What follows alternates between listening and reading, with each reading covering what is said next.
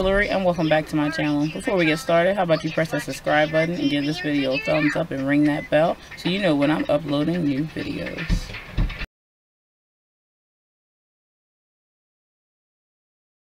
Alright, so this week we are going to be talking about my works in progress. I'm going to do some cover reveals, and it's just general writer talk, things I feel about certain other things that's happening in writing, things of that nature. Alright, so before we get into my cover, reveals for some of my books, and I talk a little bit about what each book is about, I'm going to talk about a few writer things. Some good conversation came up as we tend to talk about different writer aspects. We do questions and everything on our write-ins. One of the things that we talked about was tropes that you smashed in your novel, so to speak. One of the writers, author Aphrodite, was saying that she thinks she smashed the writer trope about parents being dead or alive in novels, because apparently it's a trope that parents are dead, especially for teenager characters or something like that. I don't necessarily think it applies so much for older characters, because parents die, people die. But people, it's been implied that people do it a lot in stories. I mean, if the story requires for it to be the case, then that's the case.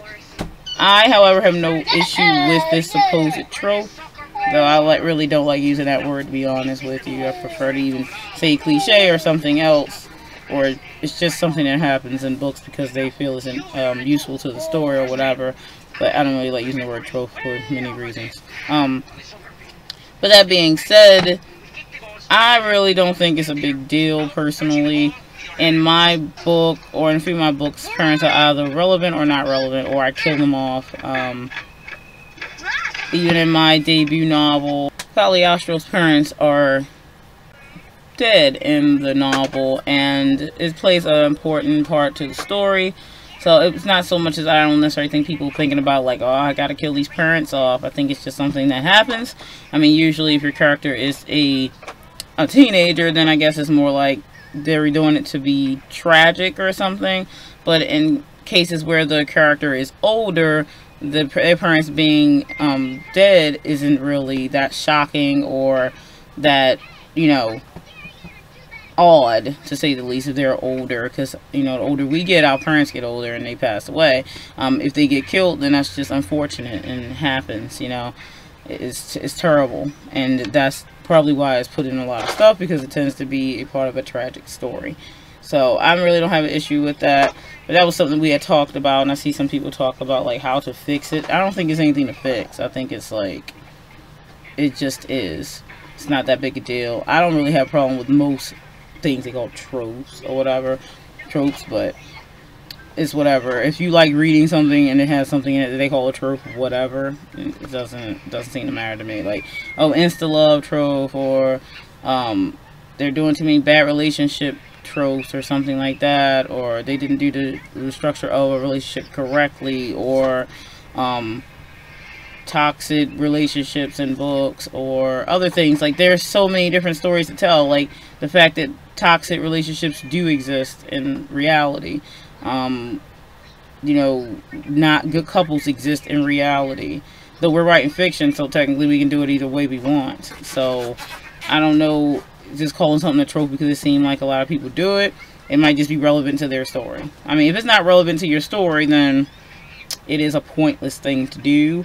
But I don't know about, just telling people they should stop doing it, or when a writer's writing a book, like, don't put that in your book because so many people have done it, or don't put that in your book because it's a trope. Like, don't tell people how to write their books. Like, if they're going to write their book that way, then they're going to write their story that way. That's how they want to do it. You have to tell the story you're telling. Rather, you feel that lots of other people have done that doesn't mean it's going to be the same story just because it has some similarities. So if that's the case, lots of things wouldn't have been written because it has similarity to other things and they were trying to avoid it. If you're sitting there trying to avoid writing everything that exists, then you're probably not going to write anything. So write your book because it's your thought, it's your book that came to you and you're writing it. Stop worrying about all the outside influences and write your book.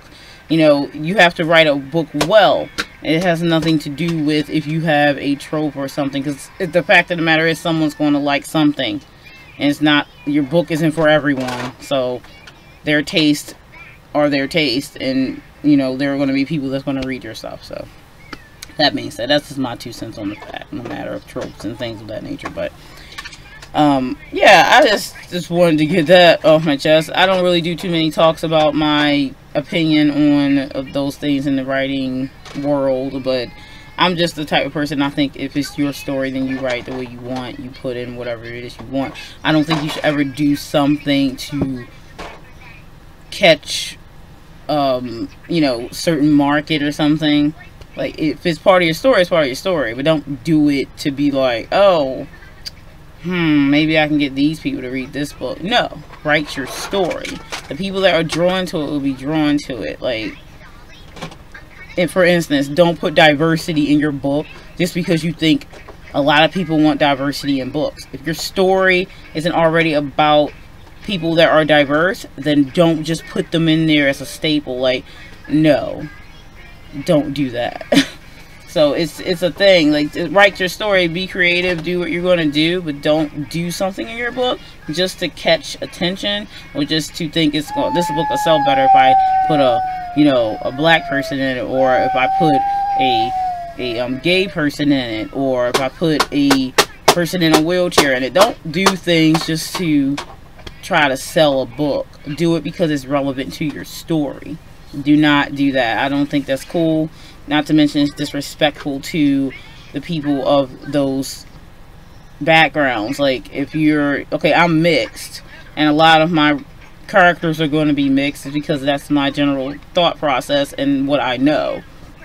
I have characters in my book that are Caucasian as well, but I'm not putting them in there just so I can draw attention. Let's say, like, I'm not going to put someone black in my story because I figure it'll be popular, or I'm not going to put someone gay in my story so I can make it be popular with the gay community. Not happening. I don't do that. I write whatever story comes to me. If it so happens to be someone gay in it, or it so happens to be someone black in it, or someone Chinese, or someone Japanese, or someone Native American, it's simply because it fit the story and it's what came to me. I'm not going to specifically try to do that. I don't think that's not how you write. So, in my opinion, I mean, people can do whatever they want, but I just don't think it's something you should focus on, because to me it draws away from the story, because you're so focused on trying to follow some trend or trying to follow something to bring just a certain market to your books.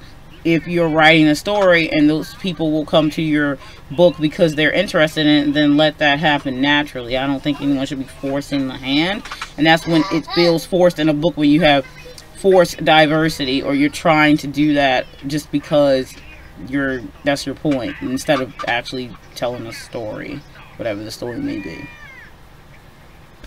Alright, from Writer's Talk on to my cover reveals and my work in progress. So I will be sharing some of my covers, and then I will be sharing some of my story, like what my book's about. Pretty much like a spoken blurb, more or less. Alright, the first one I want to talk about is my planned debut novel. My planned debut novel is called Chronicles of Cagliostro, Tales of the Light Virgin. This book is about a supernatural being who is born on our planet, but it has, the world build is, it has a alternate type of world in it, where it's the veil, but my version of what the veil is. In the book, you will read that all these supernatural beings, like or paranormal beings, whatever you want to say, is vampires, werewolves, angels, demons, possibly Cthulhian type of horror, which I write that too, so I'm not sure if anything that's coming into play there, but it could. These beings can all go across the veil at any time they wish, because they are supernatural. This is why in my book, humans cannot see or locate them or know they exist. Not to mention they look like humans in a way, so they don't, when they do come across the veil, they don't know the difference. So in my book, that's how the system works. Chronicles of Cagliostro is about him being the first of his kind, and when you read the book, you will find out exactly what his kind is. More on that book. I'll put the mock-up cover because I don't have the actual cover art done for Chronicles of Cagliostro. That is being worked on currently. It is a 3-part book right now. I think that's probably all it's going to be. It's a trilogy. So the first book is going to be my debut novel. So hopefully that will be releasing later this year in the fall, early winter. So that's the plan right now. So I don't have a definite date as of yet. Alright, so that being said about Chronicles of Cagliostro, it is considered a paranormal horror romance, possibly, because it is one of the subplots is romance between Cagliostro and the main female lead. There are a decent amount of sub-characters, but not too much. I don't like to overbloat my books with lots of sub-characters because I think sometimes it gets a little confusing for some people when reading when you have too many characters. This is a trilogy, so other characters will be introduced as the trilogy goes on. Yeah, so if you're interested in paranormal horror romance, then yeah, you could probably check this one out. I have my website and links below. And I have just a little write-up on it, a little blurb on my website, and the mock-up cover that is revealed here, which I already showed you. Alright, on to the next one. My next planned novels will not be releasing until 2020 and 2021. I am only planning to debut Chronicles of Cagliostro for 2019, and then I will subsequently release the next 3 books in 2020 is the plan, and possibly one in 2021 is planned already. So the next one I want to reveal to you is When Fireflies Mingle. Fireflies Mingle is a story based on the Fae, my take on the Fae, and a future tense, present tense type of world. And I should say worlds. So it is based in the Fae world and in a human alternative world. So not necessarily our world, but a humanistic alternative world. So there's 2 different worlds in this story, and it's passed in between. So that one is a fantasy romance, I would say, because of the Fae. So that one is one that is still work in progress. I am writing it, but as you see, the title and the cover have been done, and that one is all outlined and ready to go. I'm just waiting until I'm done revising and editing Chronicles of Cagliostro, which is the stage that is in right now. Okay, on to the next one. My next book that is well ahead of itself is my horror compilation, The Shadowed Keep, Cryptic Tales.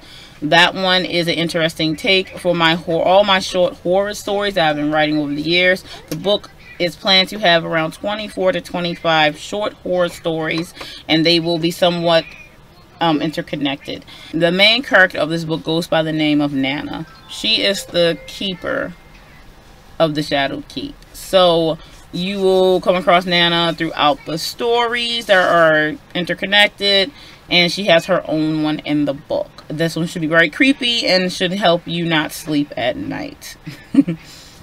So that's the cover. And then I have one more to reveal. I do have another book series that is being developed right now, but I'm not going to reveal that one in this video. But I will reveal it once I have, probably maybe at the end of the year I will reveal it, because then Chronicles of Cagliostro will be done, and I'll be already working on finishing the other 3 books that are planned for next year.